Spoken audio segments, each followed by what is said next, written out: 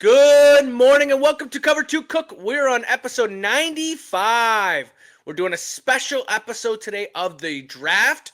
Cover 2 Cook was at the draft, so we'll talk about our experience there and what we liked and what we didn't like about it on night one. We'll also go in depth and talk about the draft, so let's get it started. Yeah, I was going to do a vertical jump there. Thank you, Socks. Travel been to Indiana, and did Cover 2 Cook get you a good hotel? Indiana? No, I'm in Louisiana. I'm here for Mardi Gras. And I know that this might be hard, but I don't know how much you remember Friday night since we left you damn near when you fell asleep. I got my belly full, man. I was like, I warm covers and warm. I was like, I could go to sleep right now. Yeah, I'm gonna go with Jack Dorsey. Final answer? Yes. Eh. All right. This is going to be a long fucking day. All right. Thank you so much for joining episode 95. So Cover 2 Cook was at the draft. Lisa and I joined. Lisa, will you join us now and talk about our draft experience? Hello. There she is. So my amazing wife decided that she would come with me to go to the draft, and we went night one. So Thursday night, if you guys all remember, we left at 12:30? Yep. Yeah, we left at 12:30. It's about two and a half hour drive for us up there. Traffic, honestly, to Milwaukee, just normal, right? Interstate ways. From Milwaukee to Green Bay, it ain't nothing. 2-lane interstate. It reminds me of Central Illinois, like 39, where it's just, if the semi's in the right lane, everyone's trying to get to the left, and there's always one dickhead that's in the left lane that ain't going the speed that everyone else is. But once we get to Green Bay, we're like, okay, we got to park somewhere. Because obviously the parking situation is a disaster when it comes to Green Bay because of it's in a neighborhood. I mean, it's not a big city, no parking garages, nothing like that. What was the highest? People that live there are definitely veterans because they just use their yards and park here if you want, and then they take full advantage of that. That is total money for them. I think I would bet to say that they don't sell their houses, they hand them down. There's no way you would sell a house that close to Green Bay. You would just hand it down to the next family member and the next one because it's such prime real estate. Now, what was the highest I think we saw for parking? I saw 125. Yeah, 125. And then we see this young person at the corner of a street yelling $65 or $60 for parking. So I rolled to the side, rolled down the window, and I'm like, where? Where is that parking? Because I want to pay for 60. They said it's at the school. Perfect, whatever. Goes towards the school, blah, blah, blah. We parked there. How far did we walk to get to the stadium? Well, we walked a half a mile, but you wanted to park at the mall, which was a mile away. Yeah, that was a disaster. I was like, I don't think so. Yeah. But Anthony, you're talking about this parking. Good thing that the schools were out them 2 days, or you wouldn't have been able to park there. They let out school for both them days. Yes. So you wouldn't have been able to park there. You probably would have had to pay the 100. Well, and a lot of these places were just businesses. They just weren't. They were closed, and they were just letting people park. They were going to make their money off of people coming in just to park, not their business. Which was funny because we walked by a Ace Hardware on the way, and I was like, I could technically go in there and shop, and then just go to the draft. But there was way too many people monitoring. Like when we looked at the mall, they're monitoring parking spots, and I'm like, I don't need my car towed. That's because then I'm stuck in Green Bay. Yeah. But then we finally get to the stadium. Very cool experience. I've actually been to the stadium before when I was in college. Lisa, that was your first time. What did you think about seeing the stadium from obviously outside the stadium? Well, what I first thought was cool was that we were driving up, I could see it from the road, and it was over the water, and it was really scenic. That was really cool to just see it from a distance, just kind of like a skyline for the city. So I thought that was cool. But then walking up to it, I definitely was like, this is kind of cool. Don't get me wrong, we didn't ever go in the stadium, but to walk around it was really cool too. Yeah, it was. And honestly, the lines to get in was nothing. I mean, we walked right in. They told us that we had to sign up before. We didn't even have to show that stuff. People just walked right in. We walked right in, and it just was jam-packed. I mean, it was – and we got there, we said 3:30? Well, then walking, 3:30. Yes. And it was jam-packed already. They had all these things you could throw a football as far as you could. You had a 40-yard dash. You could take pictures with jerseys. They had all these little things you could do. Mhm. Yeah, and so we decided to kind of do that. We did a little trivia, which we'll show, and then we moved to the stage, and that was absolutely so cool. From the distance we were, I mean, it was just huge. We kind of walk up in there into the stage area. Now that was at what, like 4:00, 4:30? But that I wasn't expecting that because I don't know why, but I always thought the draft was in this stadium. And I thought with us being general admission, we'd just be watching it from a jumbotron. But boy, was I wrong. Yep. We were in the front row seats or front like standing area to be able to watch the draft firsthand. Like seeing them walk across the stage, like that was so cool. So cool. It was, and honestly, like from the distance where we kind of stood, it was hard to see that. You obviously, as it started getting a little bit more busier, you could feel the pressure of people kind of getting right next to each other. Yeah. So what was your, and we stayed for, the draft picks. We headed home. Like we didn't stay for the full first round since we had a 2.5-hour drive ahead of us. What was your 2 to 3 takeaways that you really enjoyed for this draft? Well, I definitely really enjoyed the atmosphere and like how many dedicated fans came out. Like, Yeah. there was a ton of Packers, don't get me wrong, home field advantage, but like to just look around and see Bengals, to see Raiders, to see Eagles, to see all these people who traveled to Yeah. come to this. Like that's dedication to your team. Like I thought that was a really like cool takeaway from it. Another one was the price of beer was not that bad. So Yep. that was a Wow. plus. Right. But that also leads to a disadvantage, which I'll talk later. But then I don't know. My third might just be like just the idea of seeing these college athletes walk across the stage, all that hard work to be able to sign on to the NFL team. Like that's got to be so cool to accomplish as an athlete.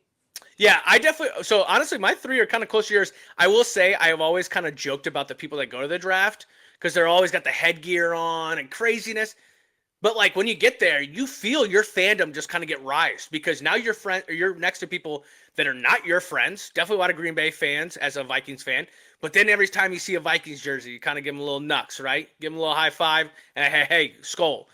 And then you see Bears and Packers kind of going at it. That is where I think is really cool. I also think that like these are like, as a young kid, you dream of that day of getting drafted, right? It's obviously but you see people that had that same dream accomplish their dreams. And that's what I think it's really cool. I don't care if I'm 31, 51, 61. It doesn't matter. I remember when I was 20 years old being like how cool that would have been to walk across the stage. And then I think the last thing is just the people. I mean, the people getting intoxicated and the fandom, like just the booing for the Bears, booing for Roger Goodell, booing for the Vikings and Lions, and then like there was a moment where a person that was Make-A-Wish came up, crowd's booing, and then they're like, do we have a person for Make-A-Wish? And the crowd just, ooh. It was like, yeah, stop booing them. Like this kid's gonna make a draft pick. Otherwise, what was your 2 to 3 takeaways that you did not like about the draft? Well, like I said, I liked the fact that the alcohol was reasonably priced, but the downfall to that was Green Bay was not prepared for the bathrooms or the restrooms. They, don't get me wrong, they had porta potties in like different areas, but like the main entrance and exit of the draft was not like supplied enough. Like you need to have porta potties like front and back, but instead they only had like one row of, 20 to 25. And then you had like 30 people lined up behind it. So if an inkling to go, you had to like run to that line and then sit there and wait. Like if you had to wait to the last minute and then wait again, you're crossing your legs like I was. Yeah, that wouldn't work for me. I can guarantee that because I pee about every 20 minutes when I'm drinking, so that probably wouldn't work for me. Well, I'd just be in the bathroom the whole time. You wouldn't drink. I mean, that's honestly what you would have to do is because that's what happened is we got ourselves to drink. We're like, hey, yeah, let's have a good time. I mean, we're not going to be ridiculous. We have a 2.5-hour drive. And then it was like we waited in the line that first time. And I was like, I don't want another sip of anything. Yeah. Like, if anything, I'm going to start spitting everywhere so that all the fluid gets out of my body instead of having to go through. But what else was another one that was not the greatest? Well, and I think the trash situation could have been better. Yep. Like at the end of the night, you were walking on mounds of trash to get across. Like it's people to watch even like a corner of the stage, like they were just like on top of trash. And I'm like, that's disgusting. Yep. Like, you keep that stadium clean and things like that. You got to treat the outside like that too. I just don't think the maintenance of the draft was maintained very well. Yeah, I would like to say that I don't think Green Bay expected this amount of people. Like, I honestly don't think they did. Well, Anthony, you got to figure they had more people at that draft than they have in the whole town. Yep. Well, I mean, we were there. That's a big number. That's a big number. Well, and honestly, Anthony and I talked about this on the way home that, like, we didn't realize how many people were there. Like, there's a lot of people there, right? But, like, once we were on the way home watching the draft and the next day on SportsCenter seeing the overview of it, we were like, that's what I was looking crap. at too. That's a sea of people. Yeah. Well, and I think, and I agree with your bad things. I definitely agree with bathrooms and trash. But that's just today's atmosphere of an event. Let's be real. The company's thinking about how can we sell as much as we can to make money, but to keep the experience well, we'll do our best. And unfortunately, that's one where either fans are going to say, I'm not doing this anymore, or they're going to just keep doing it and sucking up into companies like the Green Bay. I do think, and I will put it on, I don't think Green Bay expected as many people there, but even if there wasn't as many people, they still weren't ready for this. Yeah. I mean, like what she said, walking on trash, you walked on trash all the time. It felt very, when we walked in, there was a guy that was like, this is like, he's been to past drafts, so the guy behind us, he goes, this feels like Woodstock every time I go. And like, obviously I've only seen pictures of it, and like literally that's what it felt like. We were like so on top of each other. You have this fandom, which everyone's kind of like in this, like, it's going to be fun. But then at the same time, you walk away and you're like, I had to wait 30 minutes to piss every time. I had to step on trash. I was next to, shoulder to shoulder to someone while someone's trying to get in front of us. It was like. Well, and then honestly, if you're in the lines for the bathroom, they should have had a TV or a speaker over there because you're waiting there for so long that everyone's got their neck cranked to see what's happening at the stage. Yep. Like if you aren't going to be prepared for that, at least give the audience a speaker to hear what's happening. Well, and I've never seen so many two guys go into a porta potty. Oh my God. As many times as I did, which that was wild. Like how many two guys would go in, and I'm like, so Lisa was like, do we have to go? I'm like, you're going in by yourself. You just relax. Like, but I mean, it did. It felt like it was so many people trying to get in at once that they were just two. So when me and Lisa are in line, she's like, do we? And I'm like, no, like. You go, but as soon as they saw a girl in line, everyone's, oh, it's going to take forever. And it was the guys that were taking the longest because they're pissing for a mile. Well, but there were still going in at a time. So. Yeah. Wow. I can't imagine what it must have been like being at the very front because, we went to, the closest we got to the front was, at 4 o'clock. Yeah. And we were like, all right, well, we're not going to stand here for 3 hours. I can't imagine being that close for 5 hours without having to go to the bathroom. That's crazy in my mind. That's a whole nother dedication to people. So bravo to them. Well, and I'll say our last thing about the draft was, we got to take pictures with our jerseys, and if you really want to see our experience, go to our Instagram, YouTube, TikTok. We made clips of just seeing pictures, and I think one of the cool things was taking the pictures at the end with our jerseys. We did, when we got in line, Lisa was warning me that there was a guy that had Bears on and people are chirping him. She's like, they're going to chirp us with the Vikings. And I said, they won't. Because Green Bay respects the Vikings. They don't like them, but they respect them.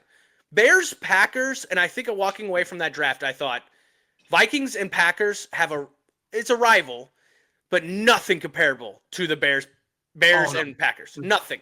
Because they hate each other. The Vikings and Packers have competed for the past 10 years. Right.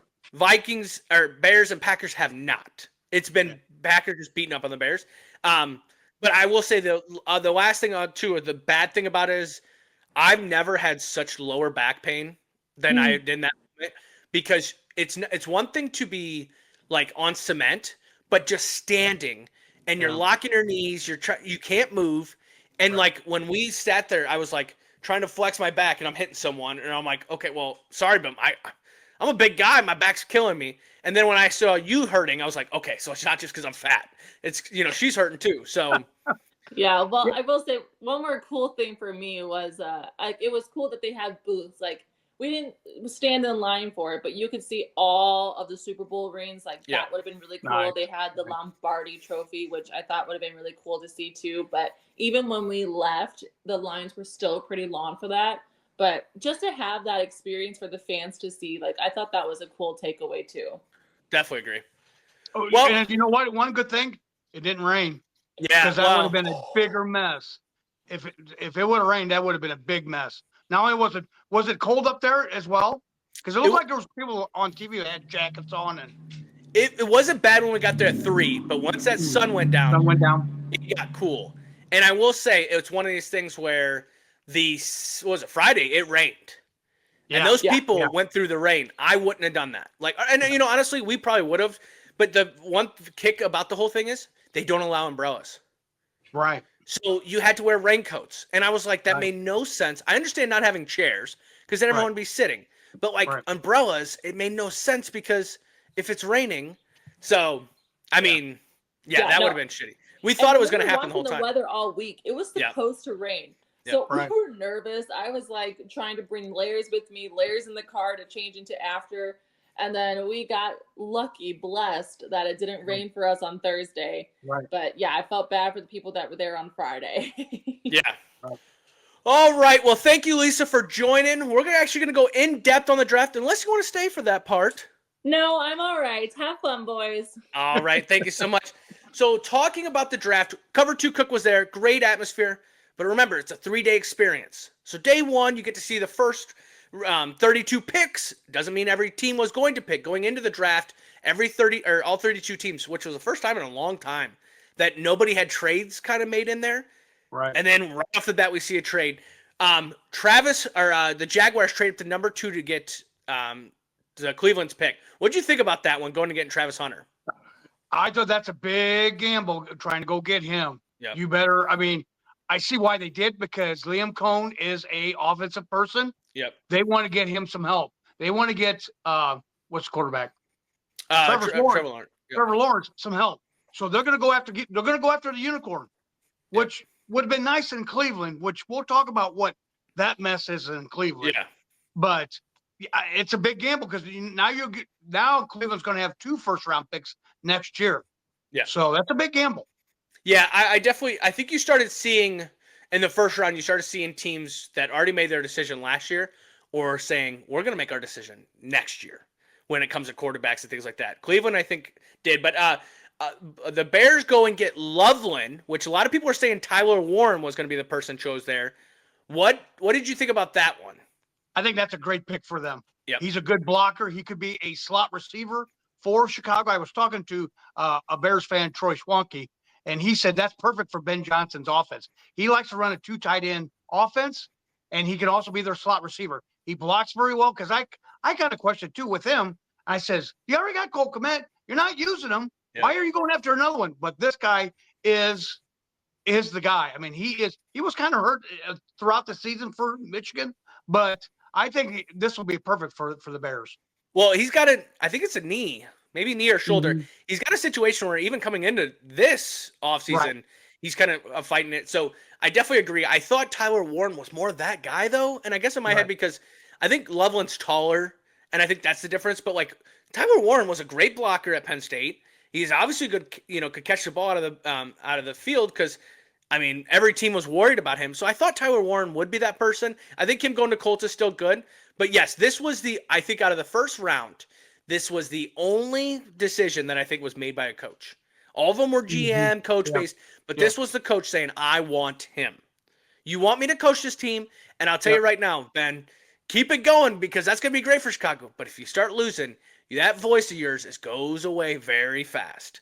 So I think it was a good pick by him, but first round kind of goes through, and no Shedeur, which we talked about on there was he going to get drafted in the first round on our last episode? And we were kind of like, I don't know, kind of like all this stuff. Biggest situation coming from this weekend. First thing I have to say about it is Mel Kiper, get off the man's dick. Jesus Christ. I've never heard some person talk about Shedeur, compare him to Peyton Manning, compare him to Tom Brady. Shut up. Like, I think Shedeur's good.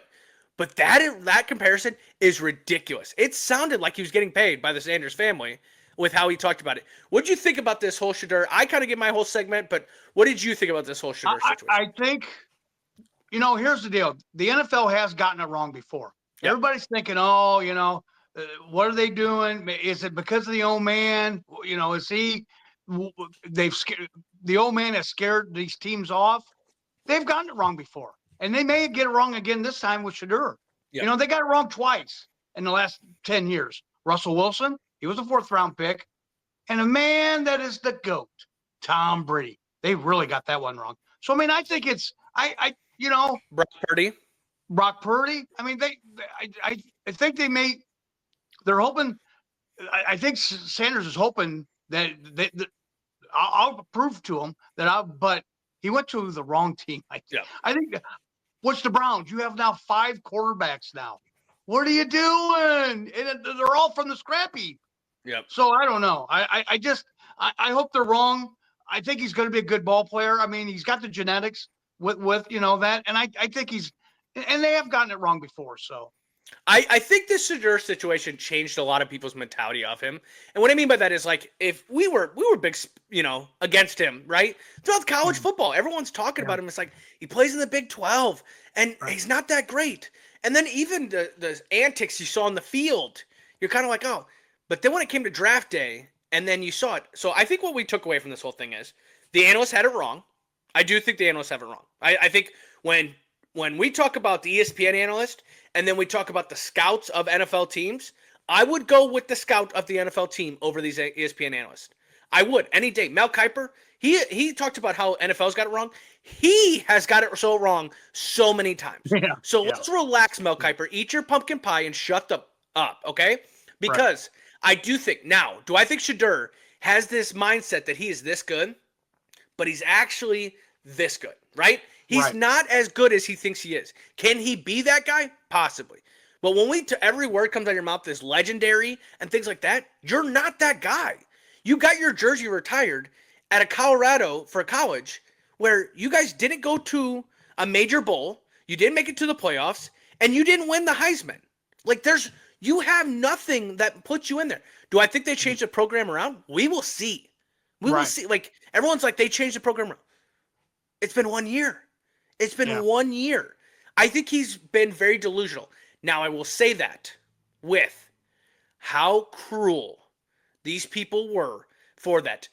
I've not been a fan of Shedeur, but to say that I didn't want him to be drafted is ridiculous. I wanted him to be drafted. This became an antic for multiple days. Good job, NFL, because I watched on Saturday. I wouldn't have otherwise. This whole situation has been absolutely cruel. The prank call to the memes and the funniness to it. This is, remember, someone's life that we are dealing with, okay? So when we talk about it, yes, does he come from money? Yeah. But does he want to play does he have the same dream that a lot of boys have when they start playing football? Yes. So it's just, I thought the whole thing was just ugly. NFL owners look ugly. I think the Sanders look bad in this whole situation. And now, if anything, let's just play football. Like, let's play football and see how it all shakes out. But Cleveland's got a dumpster fire. Oh, big time. Well, and I think you going to get Dylan Gabriel before didn't make any sense. But, and then, you know, speaking of dumpster fires, so we say Cleveland, one of the teams that we thought that would draft Shedeur, the Pittsburgh Steelers. What do you think about that situation in their drafts? They must be thinking that Aaron Rodgers is coming there, because I'll tell you right now, I don't know what, you know, they didn't pick a quarterback to the 6th round and Will Howard. Yep. What are you doing? I mean, it sounds like they're going to go with Rudolph and Skylar Thompson. Yeah. Who? I mean, these guys are from the scrappy. I mean, for an organization like Pittsburgh to be this disorganized is beyond me. They are always buttoned up. They do the right things. They draft the right people. They get the right you know, how many of them drafts on their defense have they drafted that has came out? I mean, you know, you got your Watt. You had other people, you know, that Bud Dupree, that was a linebacker. They drafted him. I mean, it's just I don't get it, you know. So you're gonna go with Rudolph and Thompson, and you passed on Sanders? What do you do? I mean, I don't get what, you know. Well, I don't understand why you go out and get DK then. Like, why do you go get DK and then keep George Pickens, but then not make a quarterback essential into that? Like, if I'm DK, I'm like, what the F did I do? Yeah. Like, I would at least rather stay in Seattle and had a quarterback, you know, that could throw the ball. I saw him throw it to Justin Jefferson 100 times with Sam Darnold, but like, who am I getting? I don't know if they're banking on Aaron Rodgers. I think that you saw the Steelers make a decision and say, we will kick the can down the road. We may not do great this year. We're going to focus on getting TJ Watt signed because that's going to be a huge chunk of us. And we got to go get a rookie quarterback. And this draft class was not that for quarterbacks. I don't think any, and I'm saying even Cam going number 1, I don't think that any of these quarterbacks will be Hall of Famers. I don't think any of them will. I don't think any of them put on the performance in college that you're like, holy shit. And here's why I say that. Because who won the Heisman? Right. It was a DB wide receiver. The Right. second person that should have won it was a running back. Right. No quarterback stood out that bad. And that's why I think when you talk about this class, I think teams either last year, like the Vikings, went and got McCarthy, right? Or teams that are going to be like, okay, well, let's see next year when Arch Manning comes out and people like this come out. And that's the big one right there. That's the bow on the package. Yep. Everybody's looking at Arch Manning. That's the big one. Which is hilarious. I know. Because how many he hasn't even played a whole game. Yeah. Maybe what, 2 whole games? He hasn't even done anything to say that, oh my gosh, he's going to be that guy. And don't get me wrong, Penn State's got that quarterback coming, Aller coming back. He might be pretty decent. You know, you got other players, but I don't understand. So what teams did you feel benefited from the draft? Like what, I don't want to give grades because we'll talk about why I don't want to do grades, but what team do you feel benefited from the draft? I'm going to give a division. The NFC East, they went out and Philadelphia got more help on defense with Campbell from Alabama. Their first 5 picks were defense, and the Giants get Abdul Carter. I think that was a great pick. I mean, they got dark. The one I really like is Cam Skattebo. Yep. They got him. I think that the NFC East did really well, other than Washington. Yeah. Well, they did okay. Even Dallas went out and got They got another lineman that begins with the letter T. They must just really love when they pick players with T. But I mean, they went out and even did decent. They didn't do well. But that whole NFC East, watch out for all them teams in that division. Yeah, but that usually happens. When one of your teams in your division wins a Super Bowl, the rest of the division wakes up and says, okay, here we go. And the funniest part about that draft was Jerry Jones's little dance after he got his first round pick. It was like, dude, chill out. Yeah. I think when you talk about teams that benefited, I think the Packers benefited, making a decision to go get a wide receiver in the first round. I think Golden is good. He's fast. But when you talk about Texas, Isaiah Bond was the better wide receiver there. He just didn't do good in the combine, and that's why his name didn't get. So we'll see how he ends up. I still think Green Bay wanted the guy from Arizona, I think it is. That McMillan? Yes. I think they wanted him more than Golden, but making the decision to finally get a wide receiver in the first round. The other team, too, is I think Jaguars. And why I say this is because if Travis Hunter is who he's supposed to be, going out and going up and saying, I'm hunting for it. I think it was a good start for the GM saying, hey, I want to make a name. We're going to do this. We're going to do this. It gives the coach a little time now to say, hey, we did this for the fans. I think it was they benefited. Because here's my problem when we say who benefited the most. We're taking it off a college level of what these guys will be in the NFL. Right. Some of these guys that got drafted will not even make the team. Won't even make the team. And then some of these guys will get released and then they'll be on a different team within 2 years, right? Yeah. So when we talk about who benefited the most, I think when you talk about who kept their job, who's going to keep their job next year because of what they did today, who do you felt did not help the situation? Anthony, one more thing with Jacksonville. They went up, got Hunter because they know in that division, that's a winnable division for them. Yep. With Indianapolis, Tennessee, them, and Houston. That is a winnable division. That if you could get a star player that can play both sides, you can win that division and make the playoffs. First year. And I think it was getting Cam in Tennessee. It was like, oh, you're going to get a quarterback? We're going to go get a DB, but he'll also play wide receiver possibly for us too. Right. We're going to shut him down as well. Is there any other teams that you felt didn't do well on there? I think Tampa Bay, they went out and get a couple more wide receivers. You don't need any more wide receivers, boys. You need more defense. So they did pick up Elijah Roberts and edge rusher David Walker. One of those better hit. Yep. Better hit. I think New Orleans, you didn't pick up so now who are you guys going to go with? Rattler now? You didn't go with for Shedeur like everybody thought. You know, you didn't even pick up Tyler Show for that. I mean, maybe they did. I don't think so. But I mean, the only thing they did good was picked up a linebacker from Oklahoma, Danny Stutzman. I don't know. I mean, what they're doing.